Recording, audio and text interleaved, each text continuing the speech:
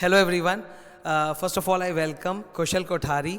He has secured All India Rank 6 in CA Intermediate Examinations और इन्होंने मुझसे law audit के क्लासेस लिए हैं. He is from Kolkata. सबसे जो ज़बरदस्त मतलब गुड न्यूज़ है वो ये है कि he has secured 92 marks in audit.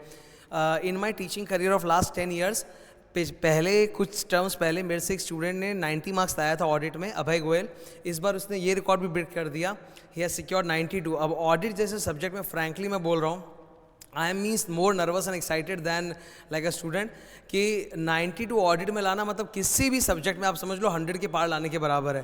Because audit में आप कितना भी कुछ भी कर लो, लैंग्वेज याद कर लो, लिख लो, फुल मार्क्स इस तरह के स्कोर करना बहुत डिफिकल्ट होता है. तो अभी कुशल की मार्कशीट अगर आप देखोगे बहुत ज़बरदस्त है. Obviously is a topper, 1 digit rank is topper student. इनके मार्क्स सारे 8 सब्जेक्ट में कंसिस्टेंट 90, 70, 80 ऐसे है. लॉ में यू हैव सिक्योर्ड 73, ठीक है, टैक्स में 73 और बाकी पेपर में आई थिंक 80 टचिंग है और 80 क्रॉस है और ऑडिट में 92. तो आज का मेरा पर्पस यही था कि कुशल आप लोगों के साथ शेयर करे कि ऑडिट की स्ट्रैटेजी क्या होनी चाहिए, कैसे ऑडिट सब्जेक्ट में तुम एकदम हाई स्कोर ला सकते हो, कैसे अचीव है. और फिर हम लोग बाकी सब्जेक्ट्स की बात करेंगे. मेरी भूमिका Q&A टाइप की रहेगी, मतलब I will be asking important questions जो जनरली स्टूडेंट्स मुझको पोस्ट करते हैं, वही क्वेश्चंस मैं इन्हें पोस्ट करूंगा और ये आपके जवाबों का रिप्लाई करेंगे. So I hope this entire interaction is useful to you and you learn something out of it. बाद में क्या करेंगे, जब ये हमारा डिस्कशन हो जाएगा तब जो भी इंपॉर्टेंट पॉइंट्स इन्होंने बताया है कि ऑडिट में क्या क्या करना है वो मैं पिन पॉइंट करके कमेंट में अलग से लिख दूंगा, तो वो एक साथ तुमको दिख भी जाएगा.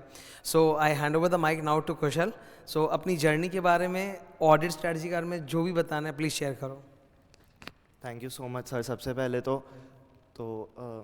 ऑडिट नहीं, सारे ही सब्जेक्ट्स के लिए मेरे लिए सबसे ज़्यादा इंपॉर्टेंट था डिसिप्लिन. मेरा पहला टारगेट तो ये रहता था कि सारा क्लासेस पहले ख़त्म कर ले ताकि लास्ट में सेल्फ स्टडी के लिए ज़्यादा टाइम रहे. तो ऑडिट स्पेसिफिकली बात करें तो सारा सब्जेक्ट्स मतलब 1.5x में हम देख सकता था, कभी कभार उससे ज़्यादा भी. लेकिन ऑडिट हम ट्राई करता था कि कम स्पीड में देखें ताकि वो हाथों हाथ याद होता रहे, क्योंकि लॉ का क्लासेस मेरा आपका पहले से देखा हुआ था, कंप्लीटेड था लॉ का क्लासेस. तो लॉ का जो नोट्स था वो आप स्टार्टिंग से बोले थे कि अपने लैंग्वेज में भी लिखोगे तो हो जाएगा. तो इसीलिए लॉ में ज़्यादा इंपॉर्टेंट था समझना. लेकिन ऑडिट में वो एक प्रेशर था कि रटना है, ये बुक का लैंग्वेज याद करना ही होगा. तो थोड़ा थोड़ा हम आपके क्लासेस के साथ साथ याद करता था. आप बहुत बार क्लासेस में खुद भी रहते थे कि 2 मिनट तुम लोग ले लो, याद करो. तो उस समय भी हम पॉज करके पहले खुद याद कर लेता था एक बार. तुमने अपने क्लासेस एग्जाम के कितने महीने पहले सारे सब्जेक्ट के ख़त्म कर लिए थे? सितंबर 2 मंथ्स था. अच्छा. तो सितंबर फर्स्ट वीक में सारा क्लासेस कंप्लीट हो गया था. ओ मतलब इतने लेट? हाँ, सितंबर अक्टूबर हम 2 मंथ्स पूरा सेल्फ स्टडी किया था, जिसमें practical subjects almost self study करने का नीड नहीं था, क्योंकि वो हम काफ़ी प्रैक्टिस कॉलेज वगैरह में ही करता रहता था. बैठ के क्लासेस अटेंड करते करते कॉलेज में हम CA का पढ़ाई भी करता रहता था. तो प्रैक्टिकल सब्जेक्ट्स तो वहीं कवर हो जाता था. मेन प्रेशर यही था कि याद करना है, जिसमें मतलब बैठ के बुक के साथ आपको हिलना नहीं है बहुत देर तक. तो वो सब्जेक्ट्स लास्ट 2 मंथ्स में मेरा फोकस था. हाँ सर. मतलब सो ये एक अच्छी बात पता चली. जैसे बहुत सारे स्टूडेंट्स का ये रहता है कि how many months before the examination we should complete our entire classes. तो अभी जैसे कुशल ने बताया कि 2 महीने पहले ही उसके सारे क्लासेस ख़त्म हुए थे. मतलब ऐसा नहीं है कि उसके हाथ में कोई 4 महीने या बहुत टाइम था. Just 2 months before examination he completed all his classes of every subject. But one good thing that is saying कि प्रैक्टिकल के सारे इसने क्लासेस के दौरान ही हो गए थे. तो इसने 2 महीने जो सेल्फ स्टडी कस के किया उसमें ज़्यादा फोकस जो हार्ड थियरी सब्जेक्ट्स हैं उनमें किया. ओके. डेली 2 महीने जब तुम घर में थे तो तुम्हारा स्टडी रूटीन क्या था? मतलब एक दिन में कितने घंटे पढ़ते थे? सर हम लोग का कॉलेज मॉर्निंग 6 to 9:50 तक है. तो मेरे को घर आते आते 11 हो जाता था. फिर मेरा ऑफलाइन ट्यूशन अगर अकाउंट्स का होता था तो वो 1 बज जाता था आते आते. फिर खाना खाने के बाद हम 1 घंटा सो 2:30-3 बजे बैठता था. तो रात को उठता था 11 बजे तक. वो बीच में खाली फूड ब्रेक्स ही होता था, थोड़ा देर के लिए फ़ोन बस मैक्सिमम. और जिस दिन कॉलेज नहीं होता था उस दिन सुबह 6 बजे उठो, खाली खाने के लिए उठो और पढ़ता रहो रात तक. मेरे को थोड़ा फिटनेस और का शौक़ था तो हम ऐसे ही बाहर और चला जाता था. लेकिन हाँ, मोस्ट ऑफ द टाइम पढ़ाई करता था घर पे बैठ के. स्पेसिफिकली ऑडिट के लिए तुमने क्या स्ट्रेटजी फॉलो की, और तुम स्टूडेंट्स लोग को क्या टिप्स देना चाहोगे कि ऑडिट में वो लोग कैसे तैयारी करें कि उनके भी अच्छे मार्क्स आएँ? तो सर सबसे पहले जैसा हम बोला, डिसिप्लिन आपके सारे क्लासेस के नीचे वो स्क्रॉल होता रहता था, डिसिप्लिन इज़ द की। तो उसी वे में डिसिप्लिन के लिए हम सबसे पहले सारा क्लासेस एकदम ढंग से टाइमली कंप्लीट किया था। जिस दिन आपका क्लासेस रात को आता था जीडी पे, तो मेरा ऐसा ही शेड्यूल सेट किया हुआ था कि उस दिन का सारा क्लासेस पहले हो जाए। आपका क्लास लगभग 8 बजे आता है रात को, तो वो मेरा 10 तक कंप्लीट होना चाहिए उसी दिन। तो पहला चीज़ हम क्लासेस कंप्लीट करता था, क्लासेस के साथ साथ ज़्यादा से ज़्यादा याद करने का भी ट्राई करता था। लेकिन वो तो भूलना मतलब होता ही था कि हाँ 2 वीक्स बाद लगता था कि वो क्या था। तो इसलिए वो कभी कभार कॉलेज में देख लेता था थियरी सब्जेक्ट्स, मतलब कॉलेज में वापस एक बार बुक लेके रीड कर लेता था। फिर आपका जो स्पेसिफिकली बुक था, पहले से जब पढ़ते थे तो लगता था कि इतना कैसे होगा, लेकिन आप जैसे धीरे धीरे कंसेप्ट्स के साथ आगे बढ़े, वो एग्जाम्पल्स और ना माथे में बैठ जाता था। चैप्टर 9 जो सबसे डिफ़िकल्ट था हम लोग का, आइटम्स ऑफ फिनेंशियल स्टेटमेंट, तो उस वाले के लिए आपका वो जो 10 पेजेस का एक ब्रीफ समरी था, वो बहुत हेल्प किया था। मतलब वो चैप्टर में हर एक चीज़ में 5-5 बुलेट्स हैं मिनिमम, तो उसके लिए आपका वो समरी का काफ़ी हेल्प था। वो बड़ा चैप्टर था, ऑडिट ऑफ स्पेशल एंटिटीज़ एक बड़ा चैप्टर था। तो ये सब में आपका जो लेफ़्ट साइड में जो आप नोट्स लिखवाते थे, मार्जिन नोट्स, उससे काफ़ी हेल्प होता था। फिर लास्ट का जो 2 मंथ्स था, उसमें हम first half of the day theory से स्टार्ट करता था। तो वो फ्रेश माइंड के साथ हम मतलब याद करने का ना, मेरा बचपन से यही था कि हम बोल बोल के काफ़ी तेज़ याद करता था, बोल बोल के इतना तेज़ कि कभी कभार मेरा गला ना, मेरे को लगता था कि थियरी कंप्लीट हो रहा है तो ख़राब हो गया। तो मेरा आदत था कि हमेशा बोल बोल के, बहुत तेज़ बोल बोल के पढ़ता था, क्योंकि उससे मेरे को लगता है ज़्यादा इजीली याद होता था। और जैसा आप बोलते थे कि लॉ वगैरह सब्जेक्ट्स भी पढ़ता सब था, लेकिन वो सब में बुक लैंग्वेज में इतना फोकस नहीं था। ऑडिट में जैसे बचपन में वर्ड टू वर्ड याद नहीं करते थे, वैसे याद करता था एवरीथिंग बुक लैंग्वेज में। और आपका जो न्यूमोनिक्स था, वो स्टार्टिंग में लगता था कि हम तो न्यूमोनिक्स ही भूल जाएंगे, कंटेंट कैसे याद होगा। लेकिन वो धीरे धीरे वो न्यूमोनिक्स माइंड में एक बार फिट हो जाता है ना, तो फिर याद आता है कि अच्छा इस लेटर से ये था, इस लेटर से ये था। तो बड़े आंसर्स के लिए अगर न्यूमोनिक नहीं होता था तो हम खुद न्यूमोनिक्स बनाने का ट्राई करता था कि वो ईज़िली सब कुछ एक बार याद हो जाए। उसके बाद एग्ज़ाम के पहले, ऑडिट एग्ज़ाम के पहले बाय लक हम लोग का 2 दिन था दिवाली के छुट्टी के कारण। अच्छा, हाँ, तो पहला दिन तो आधा दिन सो लिया हम, काफ़ी टायर्ड था 5 एग्ज़ाम देके। उसके बाद से हम बैठा तो बहुत बहुत ज़्यादा पढ़ा था ऑडिट। मतलब आपका 2 बुक्स था, वॉल्यूम 1 वॉल्यूम 2। तो पहला दिन मेरा एम था कि वॉल्यूम 1 मैक्सिमम कंप्लीट करें। तो पहला दिन चैप्टर 9 हो गया था दूसरा वॉल्यूम से, और वॉल्यूम 1 का मैक्सिमम पार्ट हो गया था। और वॉल्यूम 2 हम सेकेंड डे लिया था, और स्टैंडर्ड्स जो आप लास्ट में कराए थे वो हम भी लास्ट में किया था। और आपका बुक का बेस्ट पार्ट था कि वो जो ब्लैक बॉक्सेस में आप मार्क कराते थे, आप डिफरेंट कलर पेन्स यूज़ करते थे। तो उस समय क्लासेस के वक्त वो जितना ज़्यादा लगता था कि बच्चे लोग थोड़ी है कि कलर पेन यूज़ करें, वो एग्ज़ाम के वक्त उतना ही हेल्प करता था कि ये रेड है तो ये ज़्यादा इंपॉर्टेंट है। आपका लॉ में कॉपी नोट्स, टाइमलाइंस, वो तो मतलब वो तो बहुत ज़्यादा हेल्पफुल था। इनकॉर्पोरेशन ऑफ कंपनी रजिस्ट्रेशन, फिर शिफ्टिंग ऑफ रजिस्टर्ड ऑफिस, वो सब का जो बड़ा बड़ा टाइमलाइंस था, वो सब टाइमलाइन काफ़ी हेल्प किया था स्पेसिफिक टू लॉ। और ऑडिट में तो हाँ, लास्ट का 2 मंथ्स में बहुत फोकस किया था। हाँ, क्योंकि मेरे को हमेशा से थियरी सब्जेक्ट से डर लगता था, तो वो 2 मंथ्स हम रखा ही था कि इसमें थियरी में फोकस करेंगे सिर्फ। मैं कुछ स्पेसिफिक क्वेश्चंस पूछना चाहूँगा।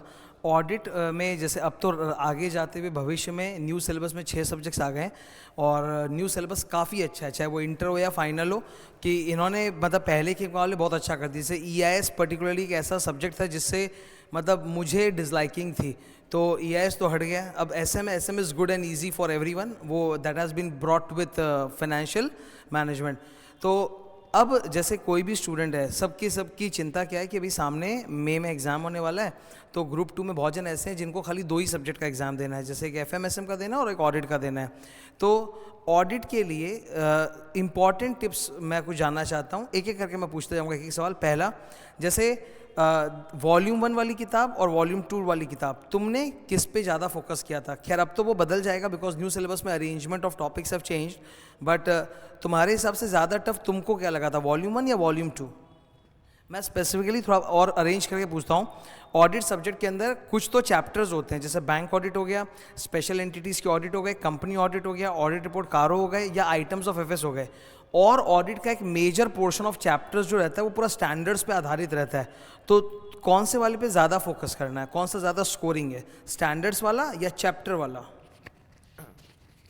सर सेकेंड वॉल्यूम जो था जिसमें ऑडिट ऑफ स्पेशल एंटिटीज़ था, फिनेंशियल स्टेटमेंट आइटम्स था, बैंक ऑडिट था, वो लगेगा सारा चैप्टर्स बहुत लेंदी है, 30 पेजेस 40 पेजेस ईच, सब में पॉइंट्स है, काफ़ी कुछ है, बट वो मेरे को कंपैरेटिवली ईजियर लगता था क्योंकि जैसे ऑडिट ऑफ फिनेंशियल स्टेटमेंट्स है, उसमें जो जो पॉइंट्स लिखा हुआ है ना वो हम लोग अकाउंट्स में कर चुके हैं, तो वो रिलेटेबल लगता है थोड़ा कि अच्छा। और आपका एग्जाम्पल जैसे आप बोलते थे कि रियल लाइफ में ऑफिस में जाओगे तो ये करना होगा, तो लगता था कि अच्छा ये ज़्यादा रिलेटेबल लग रहा है, तो उसमें ज़्यादा फोकस करते थे। और डिफ़िकल्ट था फर्स्ट वॉल्यूम क्योंकि उसमें स्टैंडर्ड्स बहुत सारा था, उसमें थियरीज बहुत सारा था, audit planning, strategies, risk assessment, उसके बाद क्वालिटी कंट्रोल, इंटरनल कंट्रोल्स, मतलब उसमें बहुत सारा थियरी था। कारो जैसे आप बोले, तो कारो में भी आप काफ़ी सारे एग्जाम्पल्स देते थे क्लास में, तो उससे याद रहता था कि अच्छा ये वाले चीज़ के लिए ये। कारो में आप 3 मेरे को याद है 3 कॉलम्स बनवाए थे एब्रीविएशंस का। हाँ तो वो सब से कारो भी हो जाता था, हेडिंग याद हो जाएगा तो अंदर का कंटेंट याद आ जाता था मेरे को।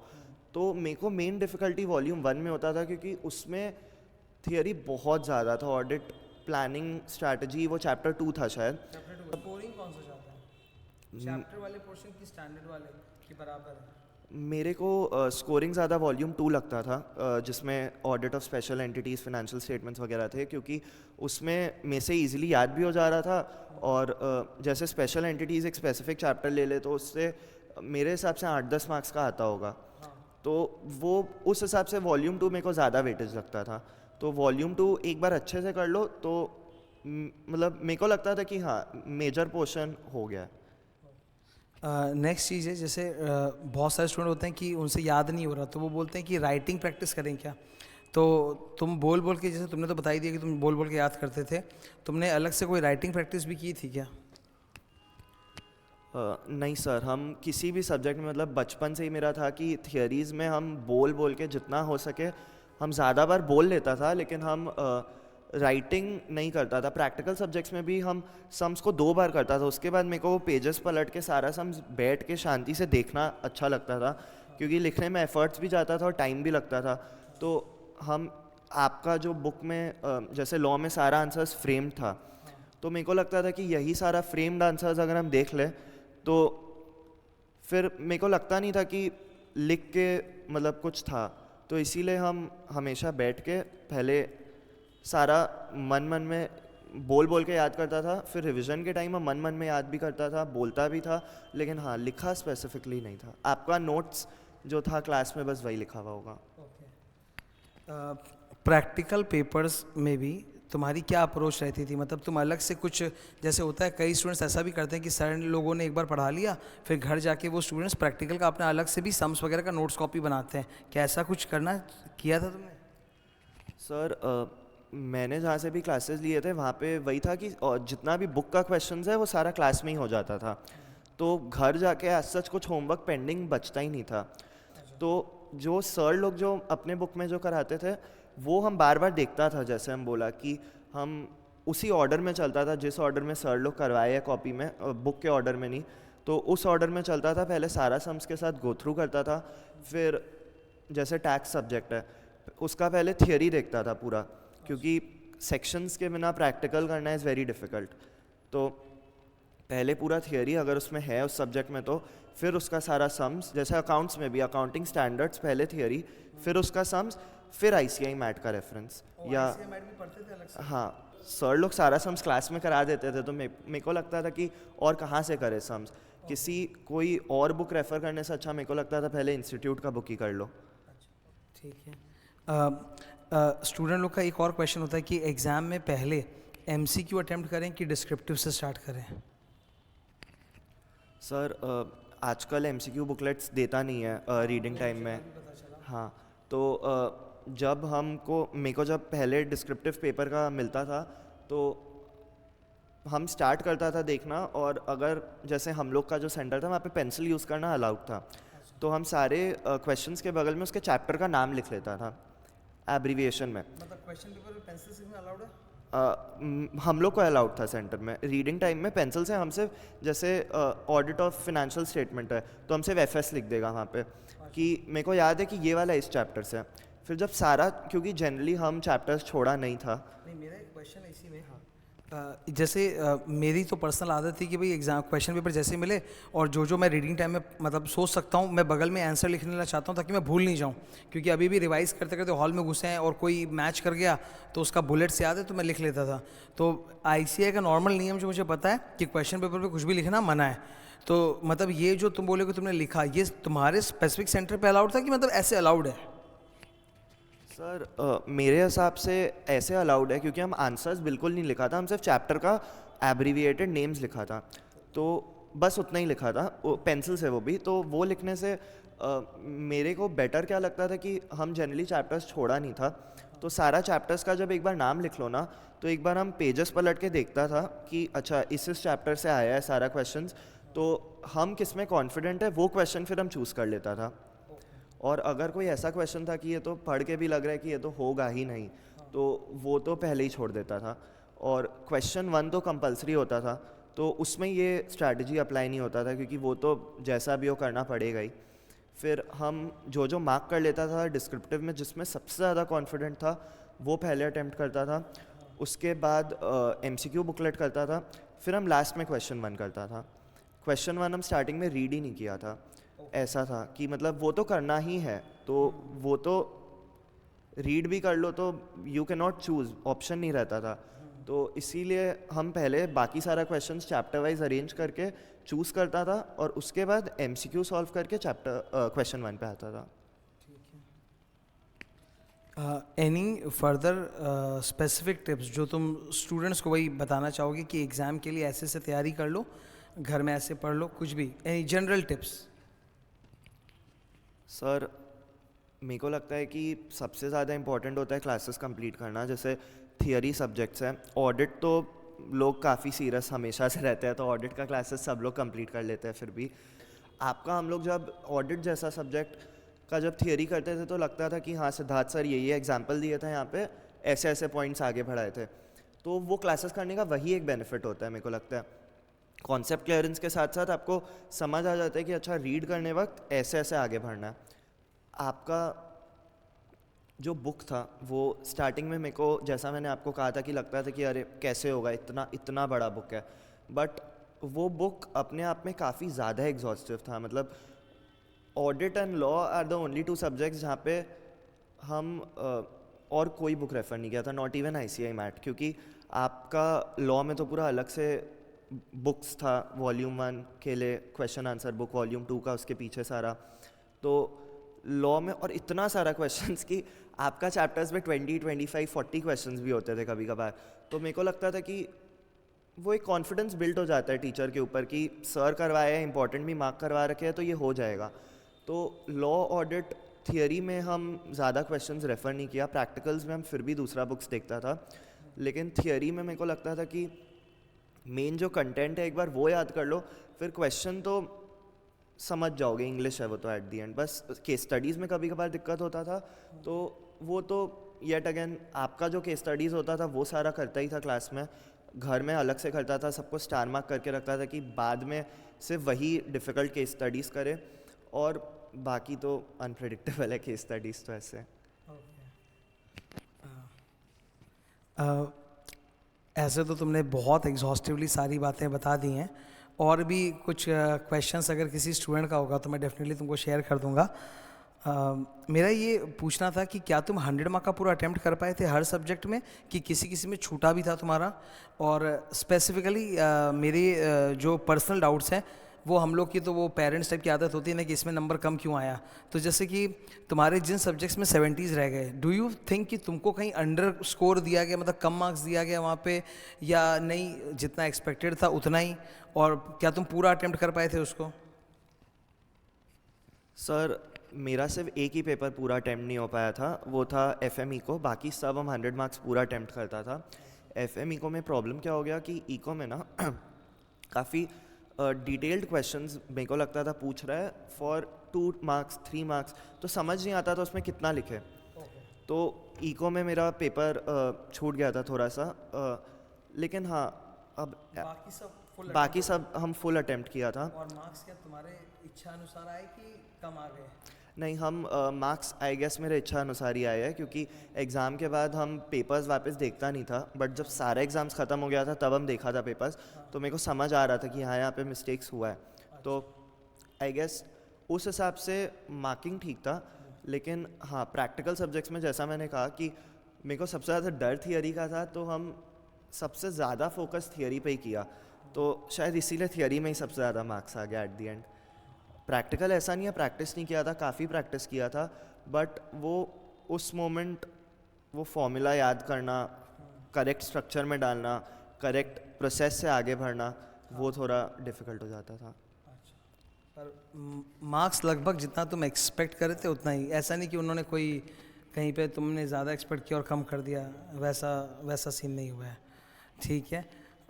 और अभी आगे की जर्नी तो तुम्हारी भी स्टार्ट होगी, क्योंकि रिजल्ट्स को आए हुए ज़्यादा समय नहीं हुआ, 2 ही दिन हुए हैं, तो धीरे धीरे तो तुम आर्टिकलशिप वगैरह के लिए ट्राई करोगे Big 4 में, और तुम्हारा रेगुलर कॉलेज भी जो बात हो रही थी, एंड देखते हैं उसके साथ तो मैनेज करने में तुमको डिफ़िकल्ट होगा ही। पर अब तो न्यू सिलेबस में गुड न्यूज़ ये कि 3 साल के बदले सिर्फ 2 साल की आर्टिकलशिप है, और उसमें इंडस्ट्रियल ट्रेनिंग भी है ना? उसमें इंडस्ट्रियल ट्रेनिंग चूज़ कर सकते हैं। हाँ, उसमें इंडस्ट्रियल ट्रेनिंग भी चूज़ कर सकते हैं। Full 2 years industrial training? नहीं, मेरे को इतना डिटेल में नहीं, आई गेस 1 ईयर था। 1 ईयर था? हाँ, आई एम नॉट श्योर। अच्छा। और सबसे बेस्ट चीज़ है ये न्यू सिलेबस का कि लास्ट 6 मंथ्स जो आपको अपने पार्टनर से लीव लेना पड़ता था, वो मैंडेटरी ही कर दिया है। तो वो स्टडी लीव, और वो 6 मंथ्स बोल रहा है, लेकिन मतलब वो एग्ज़ाम का अटैम्प्ट तो 7-8 जाएगा ही, क्योंकि एग्ज़ाम का अटैम्प्ट तो उसी के बाद आता है। तो वो जो एक स्टडी ब्रेक मिल गया, मेरे को लगता है वो एक बहुत बड़ा बोनस पार्ट है हम लोग के लिए। हाँ, बहुत बहुत मेजर है वो। ये एक्चुअली इसने बहुत ज़्यादा सही बात बोली, बिकॉज पहले क्या होता था 3 साल के आर्टिकलशिप के बीच में एग्ज़ाम देना पड़ता था, तो छुट्टी ढंग से मिलती नहीं, पढ़ नहीं पाते। अब इंस्टीट्यूट ने क्लियर बोल दिया कि भाई पहले ख़त्म करो आर्टिकलशिप, फिर 6 महीने के गैप के बाद फिर एग्ज़ाम है। और ये भी इसने बहुत अच्छा पॉइंट पकड़ा कि एक्चुअली गैप 6 महीने का भी नहीं ज़्यादा रहेगा, बिकॉज सपोज आपकी आर्टिकलशिप 1 तारीख को ख़त्म हुई, अब इंस्टीट्यूट तो एग्ज़ाम आपके आर्टिकलशिप ख़त्म होने के 6 महीने से नहीं करता ना, वो तो मई नवंबर का साइकिल है, तो इवेंचुअली वो 6 महीने का 7-8 महीने हो जाएगा। तो that complete break actually helps a lot. कई स्टूडेंट्स ऐसे भी रहते हैं जिनका बेचारों का फाइनल में बैक टू बैक अटेम्प्ट लगता है, आर्टिकलशिप खत्म ही नहीं होती। फर्स्ट अटेम्प्ट में तो बॉस किसी तरह से 3 महीने की छुट्टी दे देता है, लेकिन फिर सेकंड अटेम्प्ट थर्ड अटेम्प्ट में छुट्टी मिलनी मुश्किल हो जाती है। तो ये तो एक्चुअली में अच्छा है।